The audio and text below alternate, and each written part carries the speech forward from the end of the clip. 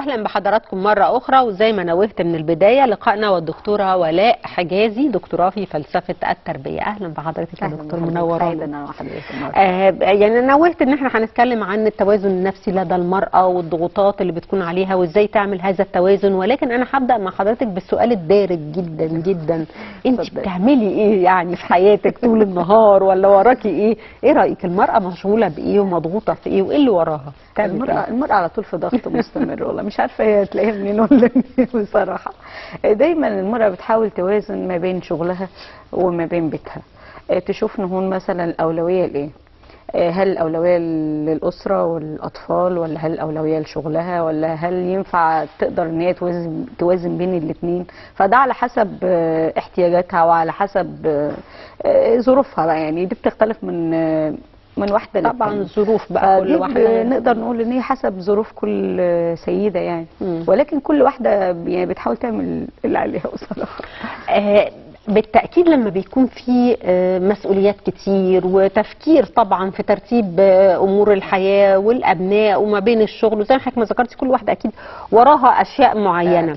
كتر الضغوط دي في الآخر ممكن تؤدي الى ايه؟ يعني ايه التحديات اللي بتواجهها المراه هنا عشان تحاول ان هي تنظم هذه الضغوط، واذا ما قدرتش او حصل يعني مشكله في مرحله ما او تحدي اكبر من ده بيكون تاثيره عليها ايه؟ هو اولا كلمه ضغط نفسي يعني في شويه امور بتسبب ليها دايما اجهاد وتوتر بشكل مستمر. والضغط ده نفسه انواع، يعني في ممكن يكون في ضغط مؤقت يعني بسبب مثلا زي ظروف الامتحانات تبقى ضغط على الطالب وبينتهي يعني بانتهاء الموقف. في ضغط بيبقى مفاجئ، مثلا حدث ظرف معين او اي ظرف طارئ غير في الدنيا يعني او في الامور، فده بيبقى ضغط برضو ايه ظرف مفاجئ. في ضغط بقى مستمر، ده باستمرار الحياه. في ضغوط بقى مزمنه ممكن تتحول لضغوط مزمنه زي الخلافات بقى الاسريه والزوجيه والماديه اللي ما بتخلصش. في كذا نوع من الايه من الضغط. في ناس بقى بتعرف تتكيف، وفي ناس بتحاول ان هي تخرج من اللي هي فيه، وفي ناس خلاص بتسلم الامر الواقع. ممكن الوضع يتحول بقى لامراض نفسيه مزمنه او صحيه بدنيه. ما هو صحيه بقى في اعراض بقى بتظهر بقى على المراه او على الانسان يعني بشكل عام. الضغوط اللي هي بتيجي يعني تكون لفتره قصيره وتروح زي ما حضرتك ما ذكرت الامتحان، دي ممكن تسيب اثر على المرأة حتى لو كانت حاجة مفاجأة أو حاجة في وقت هو قصير. أكيد في أثر بس يعني هيزول. إنما الحاجات اللي بتطول دي ممكن تبقى عايزة علاج. الأعراض بقى اللي ممكن يسببها الضغط النفسي بتأثر طبعا على صحة المرأة العقلية والنفسية والجسدية.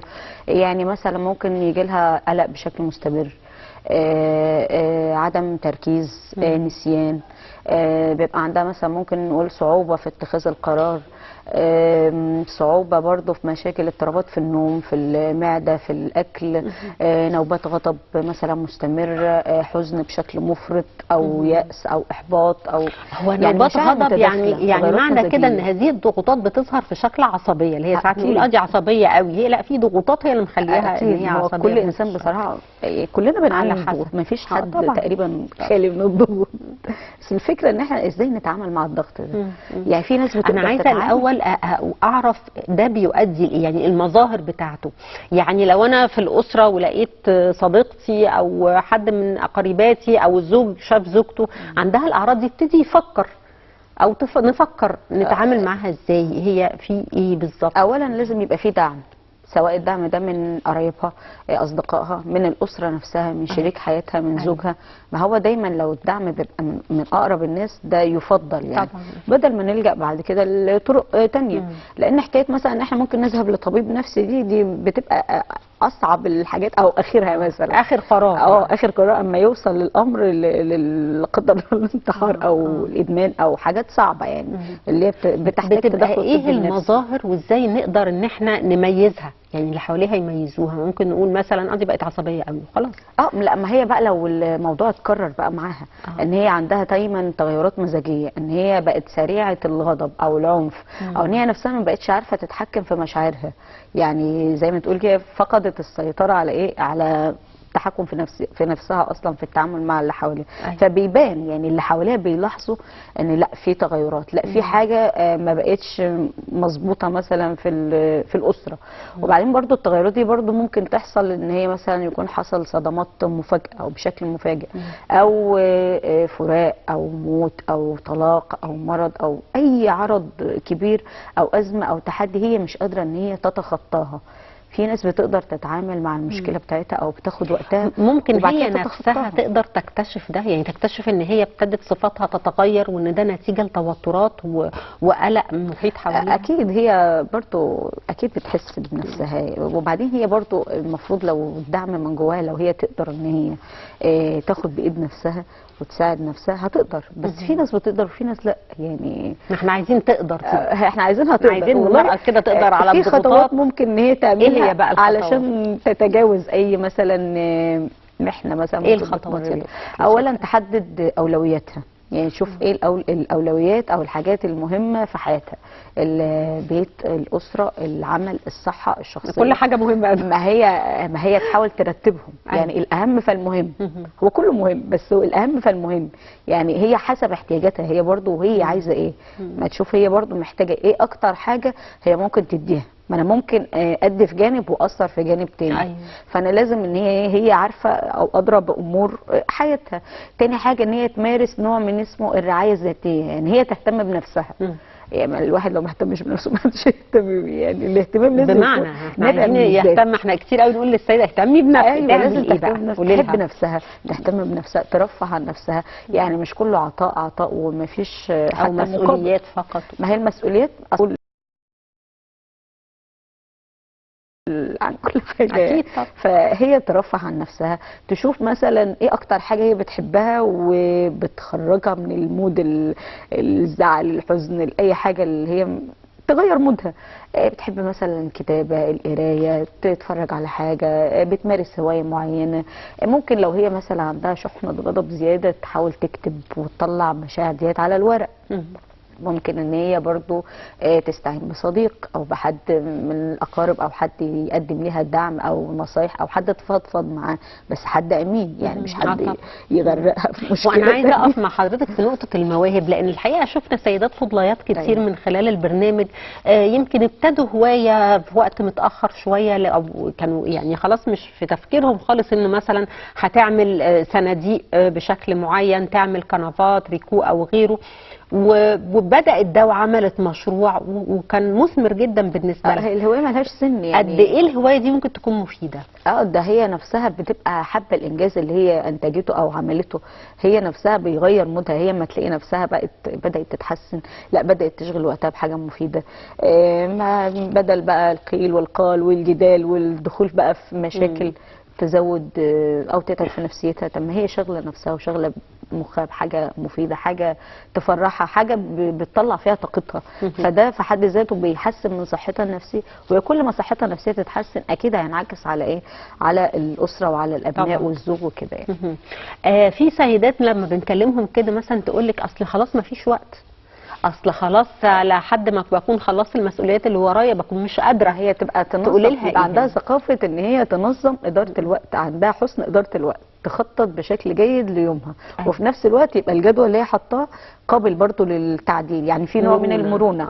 ممكن يحصل ظرف طارئ في اليوم مثلا تقول لا خلاص كده اليوم باظ، لا هي عندها قابليه للتغيير، ينفع اعمل ايه النهارده وينفع ايه اللي اشيله وايه اللي احطه كده يعني. فيبقى في نوع من المرونه، يعني مش روتين ملزمين به. وفي نفس الوقت هي لو حتى قاعده في البيت وغيرت ديكور البيت، ما ده نوع من التجديد وكسر الملل القاتل يعني.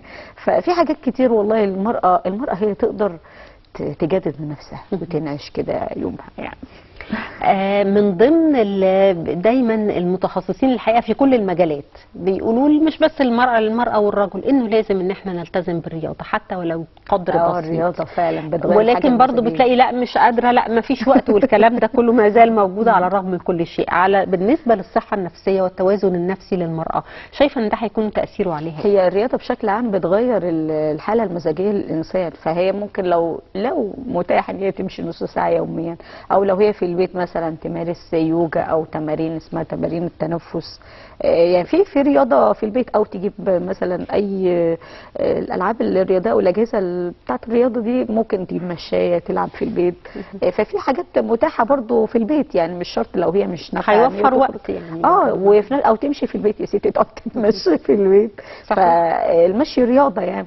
برضو ان هي تتقرب لربنا بالعبادات وبالصلاه طبعا. والذكر والقران. ده بيحسن من طاقتها الروحيه، ومن كمان انتاجها وطريقتها في التعامل مع الاسره بشكل عام. وكمان تشرك افراد الاسره معاها في الواجبات المنزليه، يعني مش هي تتحمل كل حاجه. ان الام هي بقى اللي قايمه بالبيت كله، لا، ما عندك اولاد مثلا يساعدوها. لا، ما ده لازم تقولي لنا ازاي. لا، هي تعودوا خلاص. لا، اصل التعود ده هيطلعهم هيطلعهم على فكره اتكاليين بعد كده. صحيح. وانانيين، ده ومش جزء من هيشيلوا تحمل المسؤوليه، بعد انه يتحملوا المسؤوليه. ما هم لما يكبروا مش هيتحملوا المسؤوليه، بالظبط. وفي الاخر نرجع نقول ما بتتحملش مسؤوليه. ما ده نتيجه التربيه الخاطئه او اساليب غلط. والعطاء الزائد برضه من المراه، لازم يبقى هي تحافظ حتى على طاقتها. يعني العطاء بحدود. هو عامه التوازن يعني حد فاصل بين الافراط والتفريط، يعني لا افراط ولا تفريط، علشان احقق الايه التوازن، او اقدر اوصل لمستوى معين من الصحه النفسيه. صحيح. لو يعني احنا من اول اللقاء واحنا بنتكلم عن الصحه النفسيه، عايزين برضو نعرفها ايه هي الصحه النفسيه للمراه. يعني ازاي اقول انه دي كسيده صحتها النفسيه جيده ومتوازنه وقادره تتاقلم مع الحياه؟ والله الانسان لو قدر يحقق التوازن في حياته بين جميع جوانب الحياه الشخصيه والحياه الصحيه وعلاقاته مع الاخرين، وقدر يحقق امرين اللي هو السعاده والرضا. لان دايما السعاده والرضا مقرونين ببعض او قريبين لبعض. الانسان لو عنده حاله من الرضا هيقدر يوصل للسعاده، وبالتالي الاستقرار النفسي، ويبقى عنده كده سلام داخلي. فالسلام ده والحب ده والهدوء هينعكس على اللي حواليه. حتى في ناس كده تقول لك ده وشها منور، ده هي بشوشه، ده كلامها حلو. عندها حاله رضا، حاله تسامح، حاله حب. فده يعني بينعكس في التعاملات يعني مع الناس. بمناسبة الوش، احنا بنتكلم عن الشكل وبنتكلم عن الجسم الخارجي، التوترات بتؤثر ازاي على جسم الانسان؟ ما هي صحيا برضو المرأة حتى لو تهتم بنفسها وكده، مش شرط بقى ميك اب طول الوقت وكده، هي بتشرب ميه كتير، تهتم بنظافتها. يعني في حاجات اللي هي من الطبيعة، مش شرط ان انا اكلف بقى واصرف واعمل، لان في ناس غير مثلا مقتدرين. ففي حاجات من الطبيعه ان احنا نحافظ بيها وبتكون احسن كمان. يعني يكون استضفنا هنا كتير الاكل يكون صحي، واكل غني بالفيتامينات والمعادن. يعني ان هي تتبع نظام غذائي صحي او حاجات مفيده لجسمها، فده هينعكس على نضاره بشرتها برضه. تنصحيها بايه تاني عشان تقدر ان هي توصل للتوازن النفسي، وازاي توجد وقت لنفسها تقرره؟ يعني بصرف النظر عن الاخرين، ممكن تلاقي مقاومه بشكل او باخر، ازاي تقدر تنفذ ده فعلا؟ وايه تاني تقترحيه عليها؟ عندها دافع من جوه. هو الدافع داخلي ان هي تتغير، يعني هي مش هتتغير كده لوحدها. وفي نفس الوقت ان هي يعني نقدر نقول تحب نفسها. حبي نفسك، اهتمي بنفسك. يعني بصراحه ما حدش فاضل لحد. يعني هي لو ما اهتمتش بنفسها ولقيت نفسها بتدي بشكل مفرط، طب هتتعرض للخساره في الاخر. خسارتها النفسيه والصحيه مش هتلاقي نفسها بعد كده. فهي ما حبتش نفسها، يعني بصراحه ما حدش فاضل حد. هي من نفسها تستعيد نشاط نفسها. هي تحب نفسها، اهتمي بنفسك، حبي نفسك. كل ما تحبي نفسها كل ما هتبقى قادره ان هي تدي. يعني دي انا شايفه ان هي تحب نفسها. امتى تنصحيها ان هي تلجأ الى طبيب نفسي؟ والله الطبيب النفسي ده انا بشوفها اخر الحلول، لما يكون الوضع بقى خلاص مستعصي، وان هي نفسها مش قادره تقوم بمهام يومها. أيوة. اللي هو الروتين اليومي الطبيعي، مش قادره تقوم بالوظائف اليوميه اللي هي بتعملها كل يوم. ان هي مثلا بقى الموضوع متكرر معها الغضب الشديد او العنف الشديد، او ان هي مش عارفه تنام خالص، عندها اضطرابات في الاكل او في النوم، او ان هي وصلت لمراحل مثلا الادمان او الانتحار او افكار كده انتحاريه، مراحل متطوره اه جدا او افكار سلبيه ان هي غير مرغوب فيها، ان هي خايفه بشكل دايما، قلقانه من المستقبل، خايفه من الحياه. بدا يبقى في تغيرات سلوكيه في حياتها او في تعاملاتها. فاما يعني الوضع نظرتها يتطور للحياه والمسؤوليات بقت سوداويه. اختلفت بقى هنا. خلاص هي مش قادره تعمل حاجه. آه. هي فقدت الشغف في ان هي مش قادره تمارس حتى يومها بشكل طبيعي. اما يحصل لا قدر الله الوضع يتطور او يوصل، مش عايزه اقول يتدهور، نبدا بقى نلجا. طب ما انا عايزه اسال حضرتك، يعني هل لازم نوصل الى هذه المرحله لا، ما احنا مش النهائيه، عايزين نوصل. ولا اول ما نحس ان في بوادر لده اكيد بتكون مراحل؟ ما هو البوادر نحتاج الطبيب. ما هو البوادر دي ان احنا نقدم لها الدعم اللي احنا قلنا عليه في الاول. لازم يبقى في حواليها في المناخ الاسري نفسه تقدير ودعم وحب وتفاهم. دي بقى الحياه الزوجيه بقى المفروض تبقى حلوه والدنيا حلوه وفي رحمه والفه وفي تفاهم بين الزوجين وكده، وفي مرونه، يعني الاثنين يتقبلوا اختلافات بعض، ان احنا قادرين نتعايش ونتكيف مع بعض، ان هم يستحملوا بعض ويعني يعالجوا مشاكل بعض. فده يراجع للاسره بقى واختيار شريك. دكتور ولاء حجازي، دكتوراه في فلسفه التربيه، انا بشكر حضرتك وبالتوفيق دايما. الله يخليك. حضرتك. ومشاهدينا ما زلنا معكم على الهواء مباشره، نلتقي مره اخرى بعد التقرير.